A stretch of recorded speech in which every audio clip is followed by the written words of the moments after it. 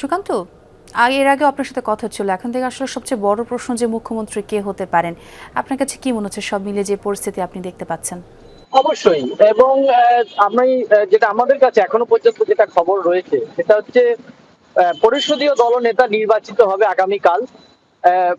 যে কলকাতায় দলীয় যারা রাজ্য নেতৃত্ব এবং কেন্দ্রীয় নেতৃত্বের উপস্থিতিতে বিজয়ী যে বিধায়ক তাদের নিয়ে কিন্তু এই পরিষদীয় মিটিং হবে এবং সেখানে পরিষদীয় দলনেতা ঠিক হওয়ার পরেই যিনি পরিষদীয় দলনেতা হবেন তিনি সাধারণত পশ্চিমবঙ্গের ইতিহাসে দেখা গিয়েছে এর আগে মমতা বন্দ্যোপাধ্যায়, তার আগে বুদ্ধদেব ভট্টাচার্য, এইসব ক্ষেত্রে মিলিয়ে অর্থাৎ আগের যে ইতিহাস সেটা মেলালে শুভেন্দু অধিকারী যদি পরিষদীয় দলনেতা হয় তাহলে তিনি কিন্তু মুখ্যমন্ত্রী হচ্ছেন।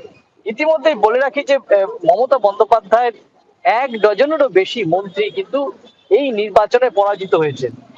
গায়ক ইন্দ্রনীল সেন তার মধ্যে উল্লেখযোগ্য রয়েছেন।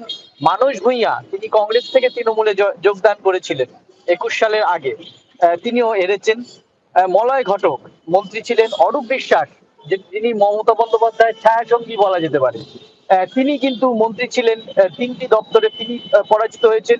সুজিত বসু দমকল মন্ত্রী, আপনারা জানেন যে কলকাতায় যে বিশ্ব তারকা ফুটবলার তাকে আনা নিয়ে একটি কেলেঙ্কারিতে তিনি জড়িয়ে পড়েছিলেন, এই সুজিত বসু, তিনি পরাজিত হয়েছেন। শিক্ষামন্ত্রী, যার সময় সব থেকে বেশি শিক্ষা নিয়ে কেলেঙ্কারি হয়েছে এবং চাকরিহারা হয়েছেন ২৬,০০০ শিক্ষক, সেই ব্রাত্য বসু তিনি পরাজিত হয়েছেন। বুঝতে পেরেছি। অনেক চন্দ্রিমা ধন্যবাদ ভট্টাচার্য সুকান্ত আপনাকে।